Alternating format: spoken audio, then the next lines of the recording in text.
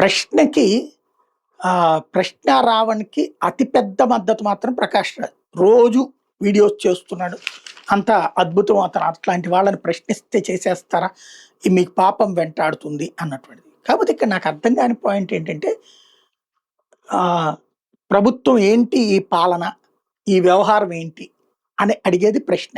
Like ఏదైతే for example రోడ్లకు సంబంధించి అవినీతి జరుగుతోందన్నారు, లేదా అమరావతికి సంబంధించి పెంచలేదంటున్నారు. ఇదేంటి తప్పు కదా, మీరే చెప్పారు ఒకసారి, మళ్ళీ మీరే ఇప్పుడు తేడా చేస్తున్నారు కదా అనేదాన్ని ప్రశ్నించడం విశ్లేషణాత్మక ప్రశ్న అంటారు.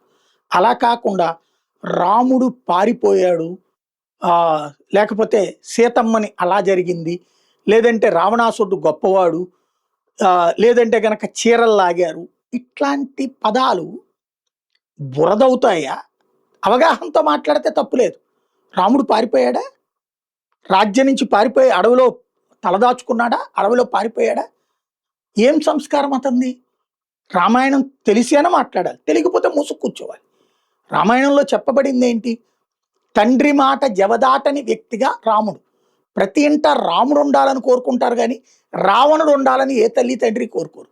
మీకు రావణుడు ఇష్టమైతే రావణ్ణి పూజించండి ప్రకాష్ రాజ్ గారు. అంతేగాని రావణాసురుడికి మీకు ఇష్టం కాబట్టి ప్రజలందరిళ్లలో ఒక రావణాసురుడు పుట్టాలని మాత్రం దయచేసి కోరుకోకండి.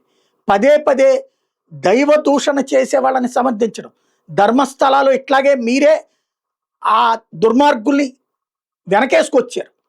ప్లస్ ఆ రోజున ఏదో జరిగిపోయిందని చెప్పారు, దైవ దూషణ చేశారు. ఆ రోజున ఆలయాన్ని దూషణ చేశారు. అదంతా అపప్రదని మీరు తీసుకొచ్చి హిందూ సమాజం మీద రుద్దారు.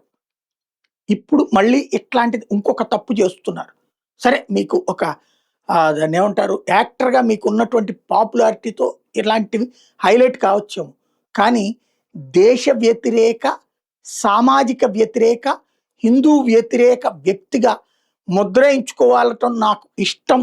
నాకు ఆ విధమైనటువంటి ఆడియన్స్ ఉంటారు, సినిమాల్లో ఎట్టాగు చచ్చినట్టు నన్ను సినిమాల్లోకి తీసుకుంటారు అనుకోవచ్చేమో.